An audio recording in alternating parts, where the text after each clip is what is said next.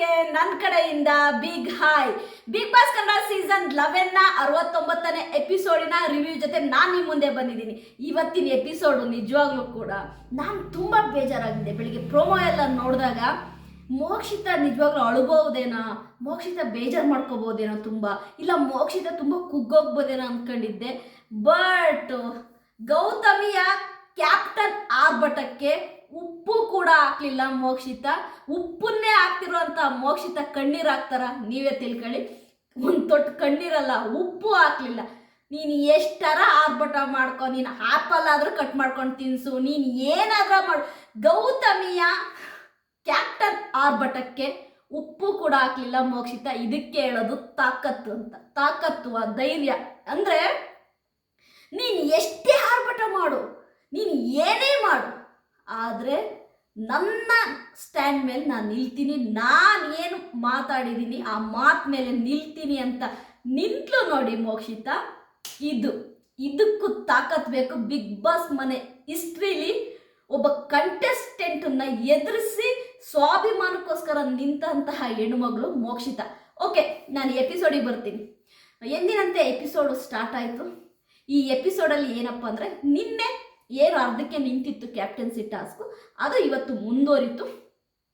ಇವತ್ತು ಆಟದಿಂದ ಹೊರಗಡೆ ಹೋದವರು ರಜತ್ ಅವರು ಆಟದಿಂದ ಹೊರಗಡೆ ಹೋದರು. ಅದಾದ ನಂತರ ಉಳಿದಿದ್ದು ಯಾರು ಅಂದರೆ ನಮ್ಮ ಶಿಶಿರವರು, ಭವ್ಯಗೌಡ, ಅದೇ ರೀತಿ ಗೌತಮಿ ಮತ್ತು ಧನರಾಜ್ ಅವರು, ನಮ್ಮ ಬಿಗ್ ಬಾಸ್ ಅವರು. ಮತ್ತೆ ಮಾರನೇ ದಿನ ಬೆಳಿಗ್ಗೆ ಕ್ಯಾಪ್ಟನ್ಸಿ ಒಂದು ಟಾಸ್ಕ್ ಕೊಡ್ತಾರೆ. ನಮ್ಮ ಯಾರು ಭವ್ಯಗೌಡ ಮತ್ತು ಭವ್ಯಗೌಡ ಅಲ್ಲ, ಸಿಂಗಲ್ ಇದು ಅಂದರೆ ನಮ್ಮ ಶಿಶಿರವ್ರಿಗೂ ಗೌತಮಿಯವ್ರಿಗೂ ಒಂದು ಟಾಸ್ಕ್ ಕೊಡ್ತಾರೆ, ಕ್ಯಾಪ್ಟನ್ಸಿ ಟಾಸ್ಕು. ಅದರಲ್ಲಿ ವಿನ್ ಆಗಿದ್ದು ಗೌತಮಿ, ವಿನ್ ಆದರು, ಕ್ಯಾಪ್ಟನ್ ಆದರು. ಬಟ್ ನಾನು ಶಿಶಿರವ್ರು ಆಗ್ತಾರೆ ಅಂತ ತುಂಬ ಎಕ್ಸ್ಪೆಕ್ಟ್ ಮಾಡಿದ್ದೆ. ನಂಗೆ ಯಾಕೋ ಶಿಶಿರವ್ರು ನೋಡಿದರೆ ಪಾಪ ಅನಿಸುತ್ತೆ. ಅವ್ರು ಯಾಕೋ ತುಂಬ ಕ್ವೈಟ್ ಆಗಿದ್ದಾರೆ, ಯಾಕೆ ಅಂತ ಗೊತ್ತಿಲ್ಲ. ಶಿಶಿರವ್ರೆ, ಪ್ಲೀಸ್ ವೆಕಪ್. ನಿನ್ನ 4 ವೀಕ್ ಇದೆ, ನಿಮ್ಮನ್ನು ನೀವು ಪ್ರೂವ್ ಮಾಡ್ಕೊಳ್ಳಿ ಅಂತ ಹೇಳ್ತೀನಿ. ತುಂಬ ನಾನು ಆಸೆ ಇಟ್ಕೊಂಡಿದ್ದೆ ಶಿಶಿರವ್ರು ಕ್ಯಾಪ್ಟನ್ ಆಗ್ತಾರೆ ಅಂತ. ಬೈ ಚಾನ್ಸ್ ಆಗಲಿಲ್ಲ, ಗೌತಮಿ ಕ್ಯಾಪ್ಟನ್ ಆದರು. ಗೌತಮಿ ಕ್ಯಾಪ್ಟನ್ ಆಗಿದ್ದು ನಮಗೇನು ಬೇಜಾರಿಲ್ಲ. ಗೌತಮಿ ಕಾಂಗ್ರ್ಯಾಚುಲೇಷನ್ನು. ಆದರೆ ಗೌತಮಿಯ ಆರ್ಭಟ ಇದೆಯಲ್ಲ, ಅಯ್ಯೋ ಅದು ಕಮ್ಮಿ ಆರ್ಭಟ ಅಲ್ಲ, ನೆಕ್ಸ್ಟ್ ಲೆವೆಲಲ್ಲಿ ಆರ್ಭಟ ಮಾಡಿದರು, ನೆಕ್ಸ್ಟ್ ಲೆವೆಲಲ್ಲಿ. ಬಟ್ ಮೋಕ್ಷಿತ, ನಮ್ಮ ಏನು ಗೌತಮಿಯ ಕ್ಯಾಪ್ಟನ್ ಆರ್ಭಟಕ್ಕೆ ಉಪ್ಪು ಕೂಡ ಹಾಕಲಿಲ್ಲ, ಕಣ್ಣೀರು ಕೂಡ ಹಾಕಲಿಲ್ಲ. ಸೈಡಲ್ಲಿ ಒಂದು ಕಡೆ ನಿಂತಿದ್ರು, ಬಾತ್ರೂಮಿಗೆ ಹೋದರು, ಬಂದರು. ಆ ಅಮ್ಮ ಕ್ಯಾಪ್ಟನ್ ಆದಮೇಲೆ ಒಳಗಡೆ ಬಂದರು. ಯಾವುದಕ್ಕೂ ಕೂಡ ಬೇಜಾರು ಮಾಡ್ಕೊಂಡಿಲ್ಲ. ಮೋಕ್ಷಿತನಿಗೆ ಅಂಥ ವಿಲ್ ಪವರ್ ಇದೆಯಾ, ಅಂಥ ಕೆಪಾಸಿಟಿ ಇದೆಯಾ ಅಂತ ನನಗೇನೆ ಒಂಥರ ಡೌಟ್ ಆಯಿತು. ಯಾಕೆಂದರೆ ನನಗೆ ಒಂಥರ ಬೇಜಾರಾಗ್ತಾ ಇತ್ತು ನೋಡಿ. ಎಲ್ಲೋ ಒಂದು ಸೈಡಲ್ಲಿ ನಿಂತಿದ್ರು ಆ ಡ್ರೆಸ್ಸಿಂಗ್ ರೂಮ್ ಕಾರ್ನರಲ್ಲಿ. ಅದಾದ ನಂತರ ಹೋಗಿ ಬಾತ್ರೂಮ್ ಒಳಗಡೆ ಹೋದರು, ಬಂದರು. ಬಟ್ ಎಲ್ಲೂ ಕೂಡ ಒಂದು ಡ್ರಾಪ್ ಕಣ್ಣೀರು ಕೂಡ ಹಾಕಲಿಲ್ಲ. ನನಗೆ ನೋಡಿ ಅಳು ಬಂತು. ನಾನೇ ಸ್ವಲ್ಪ ಎಮೋಷನಲ್ ಆದೆ. ನಿಮಗೆ ನಾನು ಕಣ್ಣು ನೋಡಿದರೆ ಗೊತ್ತಾಗುತ್ತೆ, ಇಲ್ಲೆಲ್ಲ ಊದಿದೆ ನೋಡಿ. ಅಂದರೆ ನನಗೆ ಒಂಥರ ಎಮೋಷನಲ್ ಆದೆ. ನನಗೇನೆ ಒಂಥರ ನಿಜವಾಗ್ಲೂ ನನಗೊಂಥರ ಸ್ಯಾಡ್ ಅನ್ನಿಸ್ತು. ಬಟ್ ಮೋಕ್ಷಿತ ನೋಡಿ, ಓ ಮೈ ಗುಡ್ನೆಸ್, ಒಬ್ಬ ಹೆಣ್ಣುಮಗಳು ಇಷ್ಟು ಸ್ಟ್ರಾಂಗ್ ಆಗಿರ್ಬೋದಾ? ಯಾರೋ ಒಬ್ರಲ್ಲಿ ನನಗೆ ಟಾನ್ ಕೊಡ್ತಾ ಇದ್ದಾರೆ, ನೋಡು ನಾನು ಕ್ಯಾಪ್ಟನ್ ಆದೆ ಅಂತೇಳಿ ಟಾನ್ ಕೊಡ್ತಾ ಇದ್ದಾರೆ. ಬಟ್ ಅದನ್ನು ನಾವು ಒಂದು ಚೂರು ಲೆಕ್ಕಕ್ಕೆ ತಗೊಂಡು ನನಗೆ ಅಂಥ ಸ್ಟ್ರಾಂಗ್ ಆಗಿ ನಿಂತ್ರಲ್ಲ ಮೋಕ್ಷಿತ, ಯು ಆರ್ ಗ್ರೇಟ್. ನಾನಂತೂ ನಿನಗೆ ಸಪೋರ್ಟ್ ಮಾಡಿದ್ದಕ್ಕೆ ಖಂಡಿತವಾಗೂ ನಾನು ರಿಗ್ರೆಟ್ ಮಾಡಲ್ಲ. ನಾನಂತೂ ಹ್ಯಾಪಿಯಾಗಿದ್ದೀನಿ. ನಿಜವಾಗ್ಲೂ ನನ್ನನ್ನು ವಿಡಿಯೋಗಳನ್ನು ನೋಡಿ ಇಲ್ಲಿ ತನಕ ಸಪೋರ್ಟ್ ಮಾಡಿರೋರು ತುಂಬ ಜನ ಇದ್ದಾರೆ, ತುಂಬ ಆಯಿತಾ. ಯಾರು ಕೂಡ ಇವತ್ತಿನ ತುಂಬ ನನಗೆ ಕಮೆಂಟ್ಸ್ ಎಲ್ಲ ಓದತ್ತಿಗೆ ಎಷ್ಟು ಜನ ಕನೆಕ್ಟ್ ಆಗಿದ್ದಾರೆ ಅಂತ ಅನ್ನಿಸ್ತು ನನಗೆ. ನಿಜವಾಗ್ಲೂ ಯಾರ್ಯಾರು ಬೇಜಾರು ಮಾಡ್ಕೊಂಡೆಲ್ಲ ಕಮೆಂಟ್ ಮಾಡಿದ್ರಿ ಅವ್ರಿಗೆಲ್ಲ ಒಂದೇ ಹೇಳೋದು, ನಿಜವಾಗ್ಲೂ ಅದೇ ಹೇಳ್ತಾರಲ್ಲ, ಯಾವಾಗಲೂ ಹಂಗೇನೆ ನಾವೇನೋ ಅಂದ್ಕೊಳ್ತೀವಿ. ಬಟ್ ಇವತ್ತು ಮೋಕ್ಷಿತನ ಧೈರ್ಯ, ಸ್ಟ್ರೆಂತ್ ನೋಡಿ ನನಗೇನೆ ಒಂಥರ ನಾನೇ ಹ್ಯಾಪಿಯಾಗಿ ಫೀಲ್ ಆದೆ ಅಂತಲೇ ಹೇಳ್ಬೋದು. ಅದಾದ ನಂತರ ಮೋಕ್ಷಿತ ಬರ್ತಾರೆ. ಅವ್ರು ಏನು ತಲೆ ಕೆಡಿಸ್ಕೊಳಲ್ಲ, ಆರಾಮಾಗಿರ್ತಾರೆ, ಆರಾಮಾಗಿ ಆಯಿತಾ ಮಾತಾಡ್ಕೊಂಡಿರ್ತಾರೆ. ಅದಾದ ನಂತರ ಬಂದಂಥದ್ದೇ ಲಕ್ಸುರಿ ಟಾಸ್ಕನ್ನ ವಿನ್ ಆಗಿದ್ದು ಯಾರು ಅಂತಂದರೆ ನಮ್ಮ ಮೋಕ್ಷಿತ ಅವ್ರು ವಿನ್ ಆಗ್ತಾರೆ. ಈ ಥರ ಇಟ್ಕೊಂಡು ಹೋಗೋದು. ಅವರು ತುಂಬ ಚೆನ್ನಾಗಿ ಮೋಕ್ಷಿತ ಗೇಮ್ನ ಪ್ಲೇ ಮಾಡ್ತಾರೆ. ಅಂದರೆ ಲಕ್ಸುರಿ ಬಜೆಟ್ ಏನು ಗೇಮ್ ಇದೆ ತುಂಬ ಚೆನ್ನಾಗಿ ಪ್ಲೇ ಮಾಡ್ತಾರೆ, ವಿನ್ ಆಗ್ತಾರೆ, ಬ್ಲೂ ಟೀಮವ್ರು ವಿನ್ ಆಗ್ತಾರೆ. ಅದಾದ ನಂತರ ಬರೆಯೋಕ್ಕೆ ನಿಂತಹ ಕ್ಯಾಪ್ಟನ್ ಗೌತಮಿ ಅವರು ಆ ಲಕ್ಸುರಿದು ಏನು ಒಂದು ಐಟಮ್ಸ್ ಇರುತ್ತಲ್ಲ ಗ್ರಾಸರಿದು, ಅದನ್ನು ಕ್ಯಾಲ್ಕುಲೇಟ್ ಮಾಡೋದ್ರಲ್ಲಿ ತಪ್ಪು ಮಾಡಿ ಲಕ್ಸುರಿ ಬಜೆಟನ್ನು ಪಾಪ ಈ ಬ್ಲೂ ಟೀಮ್ ಅವರಿಂದ ಕಳೀತಾರೆ ಅಂತಲೇ ಹೇಳ್ಬೋದು. ಫಸ್ಟ್ ಆಫ್ ಆಲು ಗೌತಮಿ ಕೊಡಲೇಬಾರ್ದಿತ್ತು, ಬೇರೆ ಯಾರಾದರೂ ಬರಿಬೇಕಿತ್ತು ಅಂತ ನನಗನ್ನಿಸ್ತು. ಯಾಕೆಂದರೆ ಬೇಕು ಅಂತಲೇ ಮಾಡಿರುವಂಥ ಚಾನ್ಸಸ್ ತುಂಬ ಇರುತ್ತೆ. ಯಾಕೆಂದರೆ ಮೋಕ್ಷಿತ ಬೇರೆ ಗೇಮ್ನ ಆಡಿ ವಿನ್ ಆಗಿದ್ರಲ್ಲ, ಅದನ್ನು ಸಹಿಸೋಕ್ಕಾಗ್ದೇ ಬೇಕಾದರೂ ಮಾಡಿರ್ತಾರೆ ಗೌತಮಿ, ಹೇಳೋಕ್ಕಾಗಲ್ಲ. Okay, it's okay. ಅದಾದ ನಂತರ ಯಥಾಸ್ಥಿತಿ ವಿಮ್ಮರ್ದು ಒಂದು ಗೇಮ್ ಇತ್ತು, ವಿಮ್ಮರ್ದು ಕೂಡ ಗೇಮ್ ಆಡಿದರು. ಅಂದರೆ ಫ್ಲೋರ್ ಕ್ಲೀನಿಂಗು, ಅದು ಕೂಡ ಚೆನ್ನಾಗಿ ಆಡಿದ್ರು ಎಲ್ಲರೂ. ಅದಾದ ನಂತರ ಕಳಪೆ ಅಂದರೆ ಉತ್ತಮ ಕಳಪೆ. ಈ ವೀಕಲ್ಲಿ ಉತ್ತಮ ಕಳಪೆನ ಒಬ್ಬೊಬ್ಬರು ಒಂದೊಂದು ಕೊಟ್ಟರು. ಆದರೆ ನಮ್ಮ ಚೈತ್ರ ಅವರು ಆ ಸೆಲ್ಲಲ್ಲಿ ಕುತ್ಕೊಂಡು ಒಂದು ಪಾಯಿಂಟ್ ಹೇಳ್ತಾರೆ ವಿಕ್ರಮ್ ಅವ್ರ ಬಗ್ಗೆ. ಏನು ಗೊತ್ತಾ, ಮನುಷ್ಯ ಒಳ್ಳೆಯವರಾಗೋಕ್ಕೋಸ್ಕರವಾಗಿ ನನಗೆ ಕೊಡಬೇಕು ಅಂತ ಇದ್ರೂ ಕೂಡ ಹನುಮಂತು ಕೊಡ್ತಾರೆ ಇದರಲ್ಲಿ. ಅಂದರೆ ತ್ರಿವಿಕ್ರಮ್ ಮಾತಾಡಿರೋದು ನಿಜ, ಅದನ್ನು ನಮ್ಮ ಚೈತ್ರ ಕುಂದಾಪುರ ಅವರು ಹೇಳಿ ಹೊಡೆದ್ರು. ಅದನ್ನು ಏನಿತ್ತು ಒಳಗಿಟ್ಟು ಅದನ್ನು ಹೊಡೆದಿಳಿದ್ರು, ನೀನು ಹಿಂಗೆ ಹೇಳಿದ್ಯಾ ಅಂತ. ಅದು ತಲೆಯಲ್ಲಿದೆ. ಈಗ ಕಳ್ಳನ ಮನಸ್ಸು ಉಳ್ಳುಳಿಗೆ ಅಂತಾರೆ ನಮ್ಮದ್ರಲ್ಲಿ ಒಂದು ಗಾದೆ. ಹಂಗಾಗಿ ಓಕೆ, ಇದನ್ನ ಹೆಂಗೆ ಸರಿ ಮಾಡ್ಕೊಳ್ಳೋದು, ಈಗ ನಾನು ಚೈತ್ರಗೆ ಕೊಟ್ಟರೆ ಸರಿಯಾಗಲ್ಲ ಅಂತೇಳಿ ಹನುಮಂತು ಕೊಟ್ಟರು. ತ್ರಿವಿಕ್ರಮು ಅದನ್ನು ತುಂಬ ಚೆನ್ನಾಗಿ ಕಂಡುಹಿಡಿದ್ರು ಯಾರು, ನಮ್ಮ ಚೈತ್ರ ಕುಂದಾಪುರ ಅವರು. ಇನ್ನು ಹ್ಯಾಸ್ ಯೂಶುವಲ್ ಗೌತಮಿ, ನಮ್ಮ ಉಗ್ರ ಮಂಜು ಅವರು ಗೌತಮಿಗೆ ಕೊಟ್ಟರು, ಗೋಲ್ಡ್ ಸುರೇಶ್ ಅವರು ಗೌತಮಿಗೆ ಕೊಟ್ಟರು. ಆದರೆ ಯಾರ್ಯಾರು ಬ್ಲೂ ಟೀಮಲ್ಲಿದ್ದರು ಅದರಲ್ಲಿ ಶಿಶಿರ್ ಒಬ್ಬರು ಮಾತ್ರ ಐಶ್ವರ್ಯ ಕೊಟ್ಟರು. ಎಲ್ಲರೂ ಕೂಡ ರಜತ್ ಅವ್ರಿಗೆ ಕೊಟ್ಟರು. ನನಗೆ ರಜತ್ ಅವ್ರಿಗೆ ಕೊಟ್ಟಿದ್ದು ತುಂಬ ಖುಷಿಯಾಯಿತು. ಯಾಕೆ ಅಂತಂದರೆ ಒಂದು ಕೂದಲು ತೆಗಿಯೋದು ಅನ್ನೋದು ಸಾಧಾರಣ ವಿಷಯ ಅಲ್ಲ, ಅದು ನನಗೆ ತುಂಬ ಖುಷಿ ಆಯಿತು. ಸ್ಪೋರ್ಟಿನೆಸ್ ತೆಗೆದ್ರು, ಹಂಗಾಗಿ ನನಗೆ ರಜತ್ತು ಉತ್ತಮ ಕೊಟ್ಟಿದ್ದು ತುಂಬ ಹ್ಯಾಪಿ ಆಯಿತು, ನನಗೆ ತುಂಬ ಖುಷಿ ಆಯಿತು.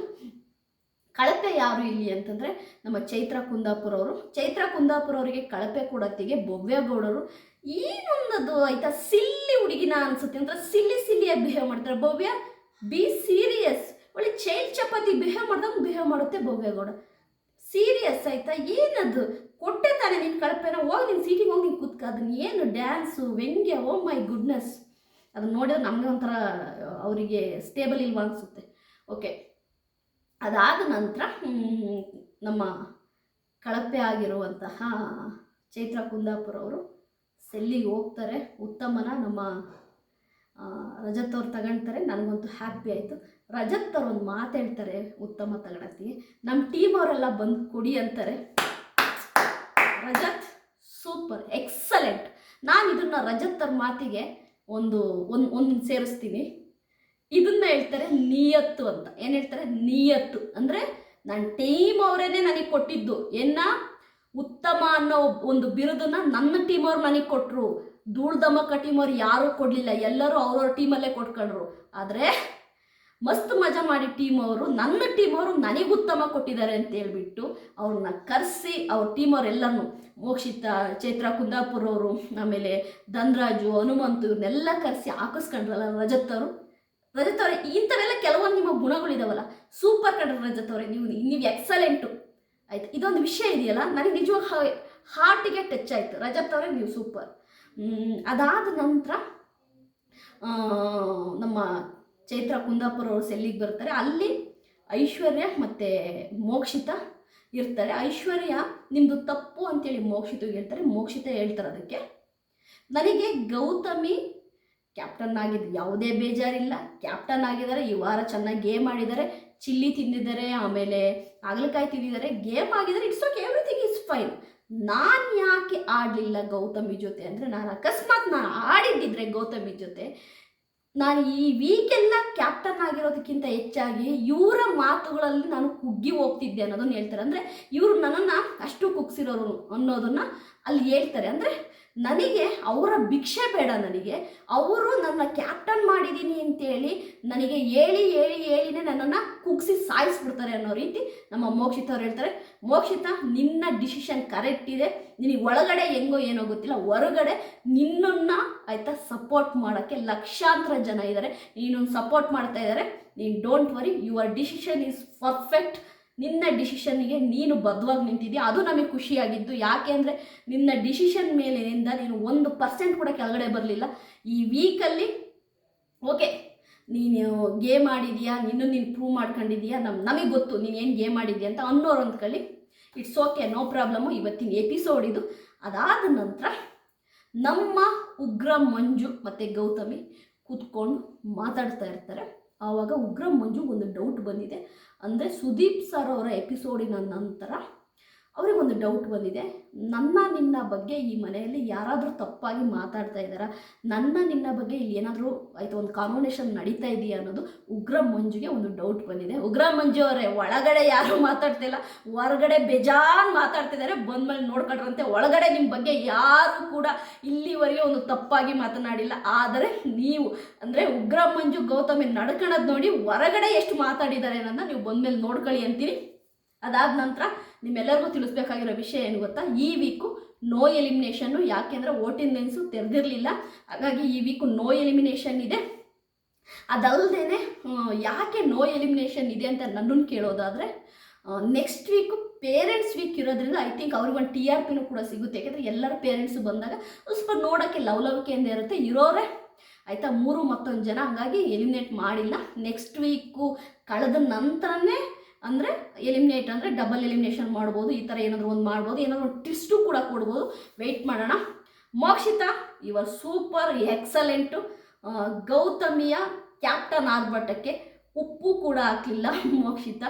ಯಾರ್ಯಾರು ಹೊರಗಡೆ ಕೂಗಾಡ್ತಾ ಇದ್ರಲ್ಲ, ಅಯ್ಯೋ ಅಳ್ತಾ ಇದ್ದಾಳೆ ಮೋಕ್ಷಿತಾ, ಆಗಬೇಕು ಹಂಗಾಗಬೇಕು, ದುರಂಕಾರಿ, ಅದು ಇದು, ಅಯ್ಯೋಯ್ಯೋ ಒಂದೊಂದು ಮಾತಲ್ಲ. ಆದರೆ ಯಾರು ಏನೇ ಮಾತಾಡಿದ್ರು ಒಂದು ಎಳೆವಷ್ಟು ಕೂಡ ಮೋಕ್ಷಿತಾ ಕುಗ್ಗಿಲ್ಲ ಅನ್ನೋದು ನಮಗೆ ಎಪಿಸೋಡ್ ನೋಡಿ ಗೊತ್ತಾಯಿತು. ನನ್ನ ಈ ರಿವ್ಯೂ ನಿಮಗೆ ಇಷ್ಟ ಆಗಿದ್ರೆ ಲೈಕ್ ಮಾಡಿ, ಸಬ್ಸ್ಕ್ರೈಬ್ ಮಾಡಿ. ಬಾಯ್ ಬಾಯ್.